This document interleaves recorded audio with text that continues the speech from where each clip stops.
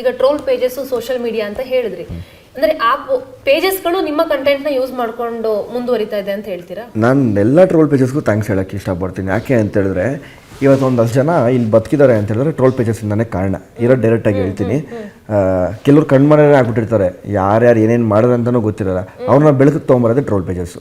ಎಲ್ಲರೂ ಹೇಳ್ತಾರೆ troll pages ಹಂಗೆ ಹಿಂಗೆ. ನಾನು ಹೇಳ್ತೀನಿ ಅವರಿಂದನೇ ಪ್ಲಸ್ ಆಗ್ತಿರೋದು ಪ್ರತಿಯೊಬ್ಬರಿಗೂ. ಇವತ್ತು ಒಂದು ಸಿನಿಮಾ ಪ್ರಮೋಟ್ ಆಗ್ತಿದೆ, ಒಂದು ವ್ಯಕ್ತಿ ಇದ್ದಾರೆ ಅಂತ ತೋರಿಸಿದ್ದಾರೆ, ಅವ್ರು ಏನು ಮಾಡ್ತಿದ್ದಾರೆ ಅಂತ ಒಂದು ಪೋರ್ಟ್ರೇ ಮಾಡ್ತಿದ್ದಾರೆ ಅಂತ ಹೇಳಿದ್ರೆ ಅದು ಟ್ರೋಲ್ ಪೇಜಸ್ ಮಾತ್ರ ಕಾರಣ. ನೆಗೆಟಿವೋ ಪಾಸಿಟಿವೋ, ಆದರೆ ಆ ಒಂದು ಫೋಟೋನ ಹೆಸರನ್ನ ಪ್ರಮೋಟ್ ಮಾಡ್ತಿದ್ದಾರಾ, ಅವ್ರಿಗೆ ಒಂದು ಪಬ್ಲಿಸಿಟಿ ಸಿಗ್ತಿದೆಯಾ, ಅದು ಖುಷಿ. ಎಲ್ಲ ಟ್ರೋಲ್ ಪೇಜಸ್ಗೆ ಒಂದು ಥ್ಯಾಂಕ್ಸ್ ಹೇಳೋಕ್ಕೆ ಇಷ್ಟಪಡೋಣ ನಾವು. ಪಬ್ಲಿಸಿಟಿ ನೆಗೆಟಿವ್ ಆದ್ರೂ ಪಾಸಿಟಿವ್ ಆದ್ರೂ ಪಬ್ಲಿಸಿಟಿ ಅಂತ ಒಂದು ಮಾತಿದೆ. ಹೌದು.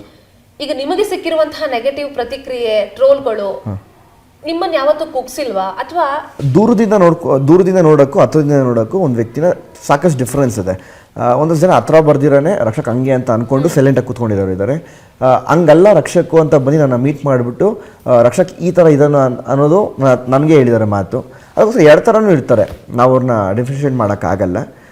ತೊಂದರೆ ಇಲ್ಲ, ಅಂದರೆ ಅವರವರ ಒಂದು ರೀತಿಲಿ ಅವ್ರವ್ರು ಅರ್ಥ ಮಾಡ್ಕೊತಾರೆ. ಅರ್ಥ ಮಾಡ್ಕೊಳಕ್ಕೆ ನಾವು ತಪ್ಪು ಅಂತ ಹೇಳೋಕ್ಕೆ ಇಷ್ಟಪಡಲ್ಲ. ಅವ್ರವ್ರ ಮೈಂಡ್ ಸೆಟ್ಸು, ಅವ್ರವ್ರ ವ್ಯಕ್ತಿತ್ವ, ಅದೇ ಅವ್ರು ಡಿಸೈಡ್ ಮಾಡ್ತಾರೆ ಅಷ್ಟೇ.